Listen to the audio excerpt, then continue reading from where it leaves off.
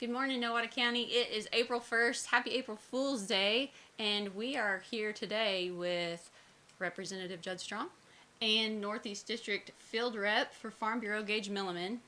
And we're going to be talking about civic duty and I don't know, what else? Community engagement. Did you hear that voice from beyond? The shadows. Okay. From behind all the right. camera. Join us.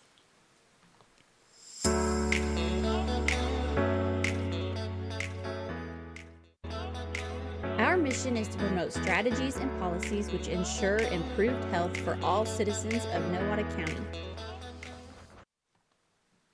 All right, we're back. Okay, so I'm going to have y'all introduce yourselves better than I did and talk a little bit about who you are, what you do, all that great stuff, and then we can get into our discussion. So, Judd, if you want to go first. Thank you, ma'am. I am Representative Judd Strom. I represent Nowata, Washington, and Osage County in the Oklahoma House of Representatives. Awesome. Okay. I am Gage Milliman. I'm Northeast Area Field Rep for Oklahoma Farm Bureau. But before I was in this role, I actually served here in Nowata County as the Ag and 4-H Extension Educator for almost 8 years right here in town. I was 1 year in Washington County. Oh, right. Okay. So it was 9 altogether. Yeah. I don't know him. So, anyway. Okay. So, we're talking about what our civic duty is and just being more engaged in our community. So we've already done a podcast over volunteering for our community. We've talked to the beautification committee. So we kind of want to go a step further. So if you guys want to start, what are some really easy ways for people to get involved, to actually make a change, make a difference in their community?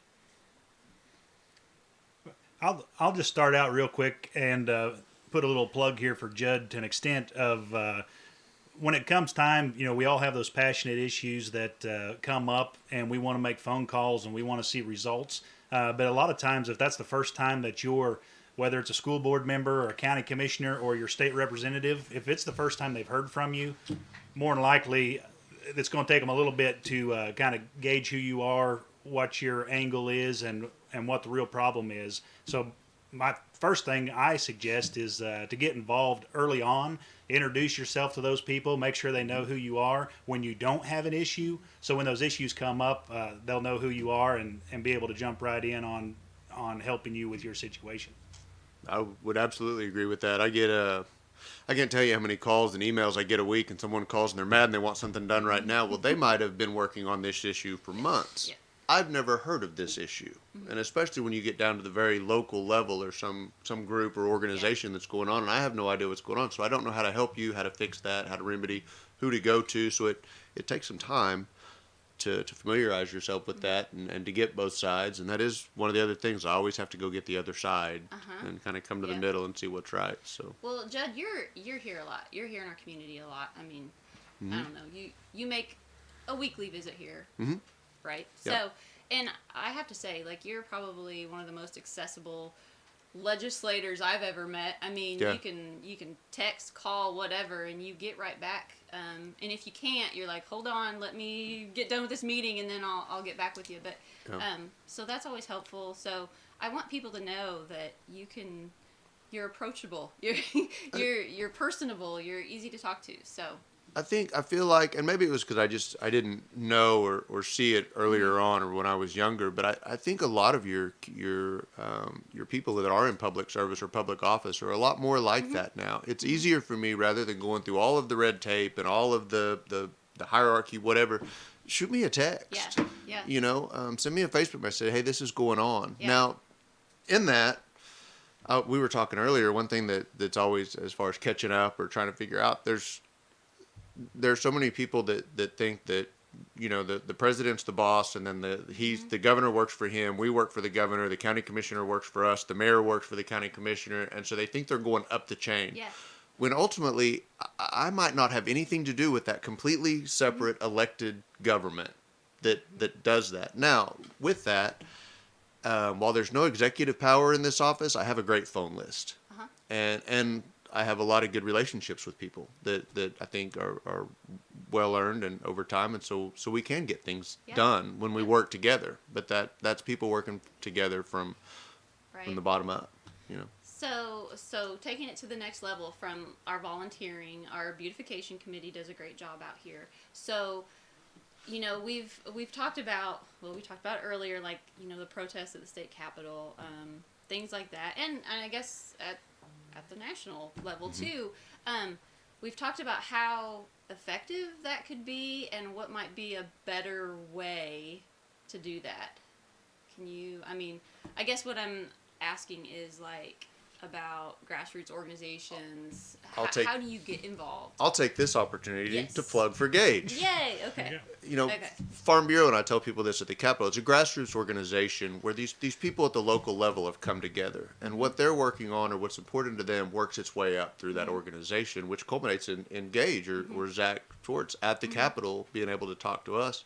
And so it's great to have those people at the local level. And Gage is great for that because it's the same thing. If I have an issue with, any of these local issues, ag-related issues, I can get a hold of him and talk to him because he's involved in that. Where I might not have been, he is and is aware of the people and, again, has those contacts and can make those connections. So we have our ag grassroots organizations. What are some other organizations? Of course, education is a big deal here. What are some groups that people can get involved in, like local people can get involved in if they want to see change?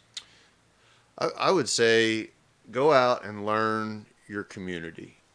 We've talked earlier, people might see a Facebook post or an email or a news story and they jump on, someone needs to do something. Or they see a story from Arkansas or from Nevada and I'll get a call and someone's just as mad as they can be because this is happening in the schools. And you look at it and you track it down and you find out this is one school in Arizona that did something that has already been stopped. Yeah.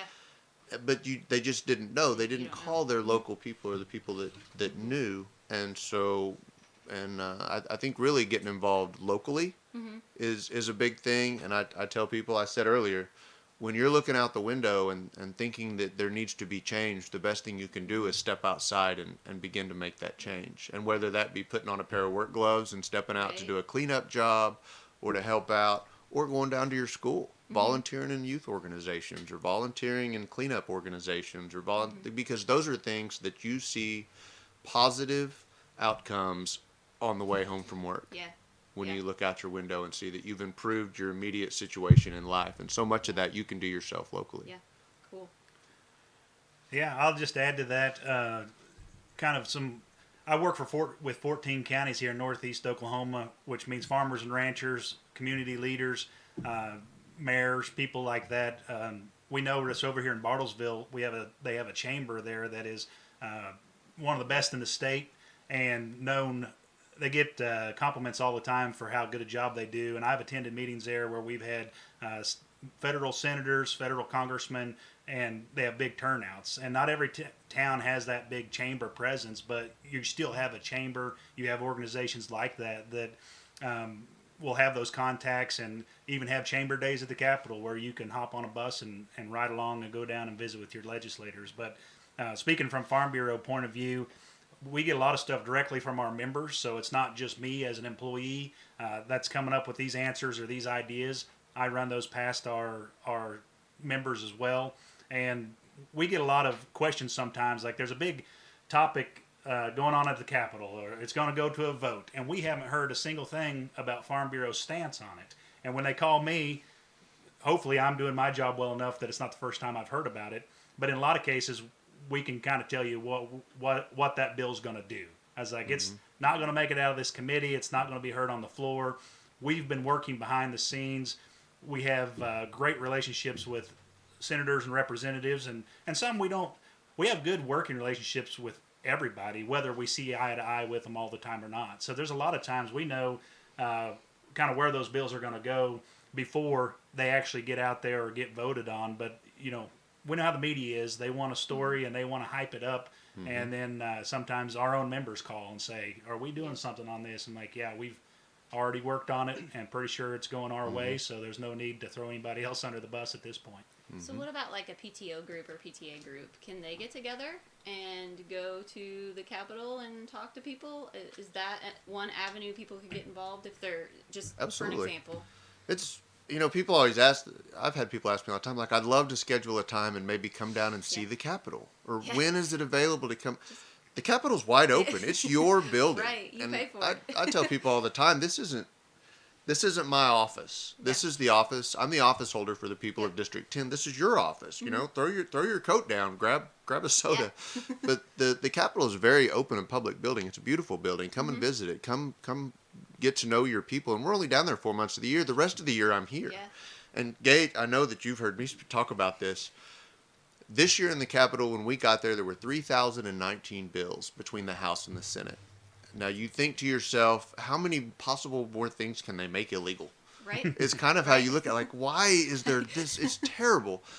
We had 58 days this year when we're in session constitutionally for 4 months. We had 58 days to go over 3,019 bills. Some of these are 100-page, 200-page bills. Some of them don't do very much. But that 4 months that we're in session might not be the best time to try to come to the Capitol. I get times, hey, yeah. do you have a spare hour? We're running 100 bills across the floor today. I can come out and say hello, from at 7 in the morning I can meet you, or at 4 in the afternoon I can really meet you and we can sit down and have a meeting. But there are times where we'll have 4 or 5 committees that day. We'll have meetings off the floor with the governor. We'll have 60, 70 bills going across the floor. You're trying to meet with Farm Bureau, with cattlemen's, with whatever, to see what effect that these bills would have. 8 months of the year, I'm right here. I'm in Nowata. I'm in Pawhuska. I'm in Bartlesville. I'm in Dewey. I'm at events. Stop me. Say hello. You're everywhere. Yeah, I have don't to say, you don't can't be really, don't say, hey, that's that guy. You can't miss an opportunity with Judd. No, He's everywhere. come over and tell me what you think. And it's the same with Gage. Definitely come tell Gage what you think. Yep. Let me know. What about youth? How do we get our kids involved? Because that would be the ideal thing, is to get our kids comfortable with this and understanding the process before, whatever. What are some youth organizations can you think of? 4-H, 4-H, FFA. obviously, yeah, FFA. What about like student government, like Absolutely. student councils and stuff like that? Leadership FCCLA groups. is good. Yep. Speaking of, they do have the opportunity to page down at the Capitol, Oh, that and too. it seems like Highly recommended. we when I was working in the extension office, we had several 4-Hers that took advantage of that program. Through Farm Bureau, we have some programs coming up this summer for the older kids, juniors and seniors, OYLA Youth Leadership event, and then we're doing a new Youth Congress event this summer for this year's juniors and seniors, or this next year's juniors and seniors, but it's going to be kind of a mock legislative event. So they're going to be able to visit the Capitol and take part in that as well. And for that event, they have to be signed up by a FFA advisor or a 4-H educator. So right through those two organizations, great opportunity to get right down there to the Capitol. Yeah. Cool. Marcus, what else can you think? What about the ghost voice is going to chime Yes. So one of the themes that you guys have touched on a couple of times, and it made me think of this, where Judd, you had mentioned that things are kind of improving, access is a little bit better, but as human beings, and I'm just as guilty as anybody else, we can kind of get riled up about a situation that raises the hair on the back of our neck, and I can't stand for this. I can't believe this is a thing. Well, sometimes we get a little too reactionary, and whether we want to admit it or not, a lot of generations are getting a little bit more immediate gratification because we have so much news. We have so much social media. We see so much stuff. It's so hard to vet that information and go, where did this source come from? Can you speak to the pros and cons of that as far as like your constituents that you guys that you interact with and go, hey, this sweet person has their heart in the right place. They're just very upset and angry right now. But the thing is, they just don't have the information correct, and that's not how the process works. And I think that there's something to be said about patience in the system, because it does take time to get bills passed. It does take time to draw up a bulletproof, sound, work for everybody bill. And even then, you got to fight and claw. And I've been on the floor whenever they argued right to work back in 2000. What year did I graduate? 2001. 2001. I was there in 2000. I was there in 1999. I graduated in 2001, but I think I was in there in 99, 2000. And I've seen how it goes. And it's not an easy process. It's not something you go, oh, I hate this. I'm on Facebook and I've seen this and it makes me angry. Yeah. So therefore, I'm going to just start attacking everybody I can. Because we get like that. I'm going to go at this in a two-part answer. One of these is, having worked in newspaper and journalism, the Stillwater News Press, one of the things I recognized when I was working there was, especially when campaign political season came around, so many people think that what they get in the media is real life, when really what you're getting is, if it bleeds, it reads. You're getting, so many of our organizations are not a public service. They're selling advertising. The more views they can get, the more watchers they can get, the more advertising they can sell. And so they've got to make things crazy. They've got to get you back at 6 a.m. and get you back for the 6 o'clock news and imagine, if you will, when there's a tornado spinning up in your neighborhood, everybody turns on the weather. Everybody. How do we keep that tornado spinning? Well, you got to keep people either scared or mad. Right. Yep. And that's what it does. And so we read these headlines, and so that's what gets it into it, but nobody will really verify. They get on like, well, I'm mad about this too, or I'm scared, aren't you? Well, that tornado's in Grove. It's kind of settled down here. And it's the same at the Capitol. And this is one of the things I feel like I fight against more than anything, are really bad bills that have really great names. People will call my office and be absolutely livid because, and so that I don't want to step on the toes of any legislators or particular bills, so I always use this kind of one example, and it's called a Save the Puppies bill. Because this bill doesn't exist and nobody's written this, whatever. Right. But you have this bill that comes up the Capitol, and it's called Save the Puppies bill. The Save the Puppies Act of 2022. Well, everyone goes, well, I love puppies. Mm-hmm. We should all vote for this Save the Puppies bill. And it was okay, but then you get the bill, and it's 200 pages long, but ultimately what it does is, there's a litter of puppies on one side of I-40, and there's a nice pond they want to play in on the other side of I-40. So what the bill does is, it shuts down I-40 for 4 hours every afternoon, so that the puppies can go over and play in that pond, and then whenever they get tired of it, they can come home. And you look at that and you go, well, that's absolutely ridiculous. Why would anybody vote for this? And so you vote against it. And then you get hundreds of angry emails and calls because, how dare you vote against the puppies? Everybody loves puppies. And everyone hates you. But it's like, have you read the bill? Do you know what the bill does? And I know that that's way out there. But like I say, I don't want to pick out any particular bill, and I could. But that's what you get, and that's what you get even at the local level. How dare the school board do that? Mm-hmm. Or how dare the city council do that? When really maybe someone mentioned, hey, is this an option? And someone says, well, not really, here's why. But the next morning you wake up to the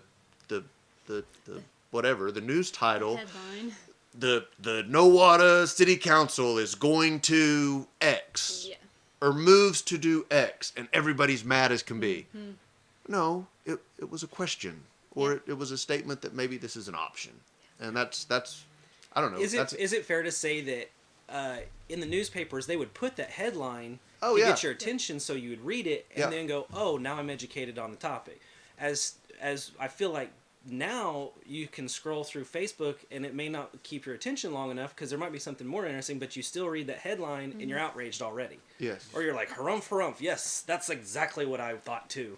But you're not reading the headline and you keep going. How many times have you seen like satire or somebody on the street asking people about something serious, pretending like it was something, and this person's already mad. They've never heard of it, but this interviewer is like, what about the puppy bill? It doesn't exist, and they've already got an opinion on it. Oh, yeah. And that sounds like an April Fool's Day joke. Yeah. Right now. What's that? Sounds like an April Fool's Day joke right now. Oh, yeah, there you go. Yeah. It's interesting. Just recently, I shared an article from Facebook in Messenger, and and the reason I shared it was because of the title. It was a topic that I knew information about, but the title was very misleading. So I just went to share it with a few of my friends in Messenger, and it actually asked me, you were about to share an article that you did not read. Would you like to continue? I'm like, well, good for Facebook for mentioning that. That's brilliant. So, that's a great, segue into attend those school board meetings, attend city council, attend county commissioner meetings, and, what would be the next step? Running for those positions when they're open? So it doesn't have to be, Or just talking to the members. Yeah. Just, and not, I'm here because I'm mad, and you need Yeah. to know I'm mad, Yeah. and go and ask. Yep. Go and talk to them. And like I said, there are so many things that come up that someone has heard somewhere that I haven't heard yet. I'd like to know about, especially if it's going to come up later. Yeah. And you like school board comes up. You mentioned something locally. You get someone that's just mad as can be at the school board, and you say, "Well, which one? Who said what?" "Well, I don't know them, but I'm Yeah. mad at them." Yeah. And it's like, "Well, did you go to the last school board meeting?" "No, I don't go to that stuff, but I'm mad at them." And it's so easy, and really, if you want something to do besides just sit and watch TV, get out and get involved in your community and go to these things. Make your Tuesday night the night that you go to this industrial board meeting. And you might think, well, that's something boring that I wouldn't be into. But they're discussing rebuilding a park, and they're discussing rebuilding beautifying a parking lot, or rebuilding something out at the lake. And those are the things that will absolutely change your immediate life. There again, it goes on to what's going on right outside of your window. Yep. And most people I said earlier, want to get up, eat breakfast, go to work, drop the kids off, or they go to school, pick up the kids in the evening, go fishing, they just want this life right here. And so much of that life is the responsibility for it is right here locally being created. What you see out your window, you can change every day by yourself. And if people see you doing it, there are other people out there that want to do that same thing and will help. It's one thing, the difference between like really leadership or being the boss is just go do it. Start it, and other people will fall in to help. Yep.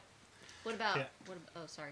Well, I was just going to add, when we look at elected officials, we think they're come from long lines of elected officials or celebrities, as you will.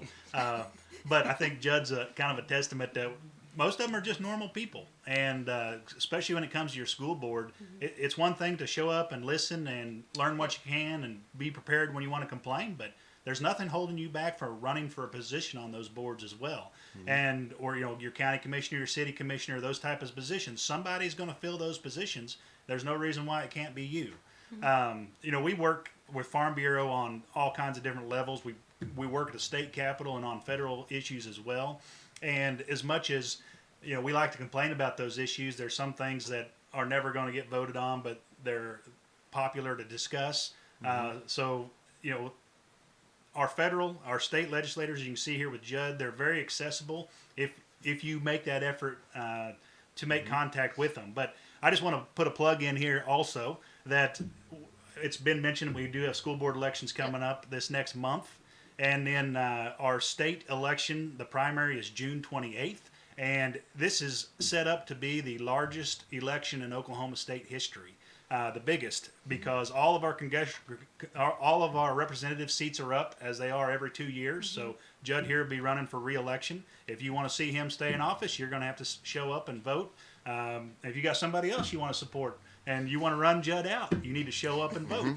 But that primary starts June 28th. Anybody can file and run for those positions as well. They have to file between April 13th and 15th. And that's going to be for our two Senate seats and our 5 congressional seats as well. And we've heard all over the news of different people who have declared for those the Senate seat that's been going to be vacated by Senator Inhofe at the end of the year. And then our congressional seats, all 5 of those are up for election this year. Mark Wayne Mullen, that serves the 2nd Congressional District, which is this area, has declared he's going to run for Senate. So we are going to get a new congressional member, whoever that might be. But they do have till April 13th through the 15th to sign up, to file to run for those positions. So there will be more people that put their names in the hat. But don't think that these elections are too big for you to be involved in, and they're not too big for you to get to know the candidates. I'm working with some.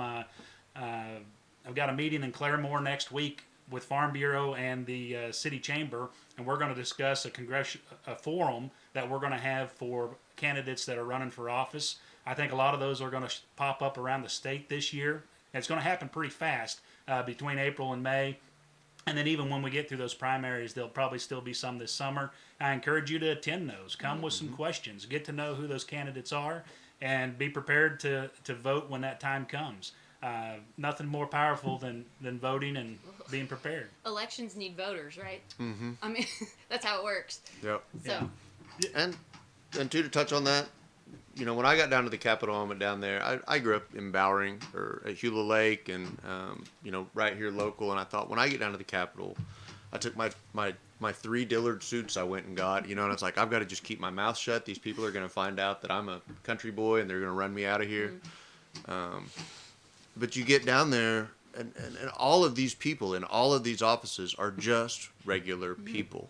And so you think, well, I can't get involved in school board, or I can't get involved in city council, or I can't, and maybe not run, but just be involved because I'm just whatever. I'm just, I don't want to short anybody, but that's not my kind of deal. It is. All of these people that you look at, there's no different. They're just regular people that stepped up to do something, say, I've got to do something, and did. So join us.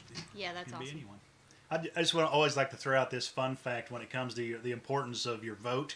Back when Governor Stitt was elected governor 4 years ago, the primary had 8 Republican candidates in that primary. And as we all know, there has to be a majority win. If there's not, there's a runoff. Well, one of the candidates, the former mayor of Oklahoma City, Mick Cornett, almost won that primary against 8 other candidates. Didn't have the votes to get it done. The second and third place finishers were Kevin Stitt and Todd Lamb. Kevin Stitt was just 1% ahead of Todd Lamb. When the runoff came, not near as many people showed up to vote in the runoff as there was in the primary, and that's when Governor Stitt hurdled Mick Cornett and then went on to win the general election and became our next governor. So at that time, during the primary, we had several state questions that were on the ballot that people found important. They showed up to vote for those, voted for governor. When it went into a runoff, they didn't come back to vote in the runoff. So every election is important, and whether you like the governor or not, you definitely had an opportunity to have a say in that when that time came, and you're going to have an opportunity this year as well. Yep. All right. Well, is there anything before we go, is there anything like if we were to shut the camera off right now and would you be like, I forgot to say something? Is there anything like that? Hey, while we're here, when we're in Nowata, I want to put a Yeah. plug in for what the Nowata beautification team's doing. Yeah. I mean, I'm sure you talk about that here quite a bit. I mean, you're right here, but I've been in Oklahoma City, and people have said, "Hey, aren't you up there?" Like, we drove through there the other day, and they were from, I guess, like J area, but coming through this area, going to the Tallgrass. They made it a point to come here just to see the murals and the things they're doing. And driving around town, I come through here once or twice a week. I come through and make my stops and visit and do, but I'm still finding things. That it's like, hey, look that back there, and I think that is a great deal. And I mean, it's volunteer, it is community involvement. It is beautifying. It's giving people a reason, and this is one of the most important things, especially for retired people and whatnot, a reason to get up in the morning and put your pants on and go do something and make things better. And so I want to put a plug in that and say that really publicly, that I just think it's an incredible deal. They're and I'm doing great work. so happy to have those people doing that for sure. It's a town pride. They are resurrecting that town pride that we've been working for. There are 17 towns in District 10. And I think that's just a model for what we could do everywhere. Perfect. I think at the end of the day, it's easier to just keep scrolling and have your feelings. Like, oh, that's amazing, or oh, that's terrible. But change takes effort and patience. And that's hard whenever our lifestyles are, I got to get up, go get to work, got to have enough coffee to get me through because I got to take the kids to the ball game afterwards. Then I got to go to this meeting. I just don't need anything else to add to my plate. The only people that can even attend this meeting or whatever, there's always an excuse to not go on a diet. But if you want to lose the weight, you got to make some changes. You got to make some commitments. And you're a community member, and if you really do care that much, not to be aggressive with this, but put your money where your mouth is. Make the time. You want the change, we got to do it. Nothing comes for free. We're a rural agricultural town. We know what hard work is, and sometimes we just need to put that hard work in a different outlet, which may be attending a meeting and just being a body in that chair. Because if if you are a board or something and you're sitting there with no audience, where's the accountability? There's that's what media exists for. You know, media has its downfalls, obviously, but it also keeps people in check and go, hey, we need to make sure that this message gets out the way it's supposed to get out, and it doesn't look horrible, just like the puppy bill. So, Well, but like you say, when people sit and watch that, they look and they say, those people made a bad decision, or those people did what I wouldn't have done. But there's really no such thing as those people amongst a community. It's all of us. Mm-hmm. The people we allowed to do that. You know, if you're not going to go Absolutely. take part, it's hard to, I guess, throw stones. Or and really I think you guys shouldn't have made a if you're great not going case. to. It is hard, but it's doable. Absolutely. And once you get yourself up and decide, I'm going to go out and work, it's not that bad. It's just getting that first step. So if we're going long, but it's a great conversation. Yeah. So is there any suggestion or advice on a first step? Again, when you're looking out your window and you think things need to change, step outside and make a change. One of the Small. things we've seen in the COVID deal, which has been just a huge debacle, but when everyone went home, after a few days they got bored and they started cleaning up and changing their spaces. And then they went out and started cleaning up and changing their yard. And then when things started opening back up, people really looked outside and said, I don't want to go back to really the rat race that I was. And we've seen so many people that have changed jobs or changed their lifestyles, where they really enjoyed the time they were having with their kids and said, I don't want to go back on the road working. I'm going to find something that maybe pays a little less, but it's here. But we have seen in a lot of places that it started was cleaning up your art space, and then you cleaned up your living room, and then you cleaned up your backyard, and then you cleaned up your front yard, and now they're going down the street. And I think it has led to a lot of people being more aware of what's going on right in their living space, and that extends to your town, your county, your community. I think one thing you hear all the time is, kids these days, they don't know how to do this. They can't even change a tire. They'll sit on the side of the road and hope their phone's not dead so they can call somebody. And I want to ask a lot of those people, when was the last time you taught a kid how to change a tire? It doesn't have to be your kid.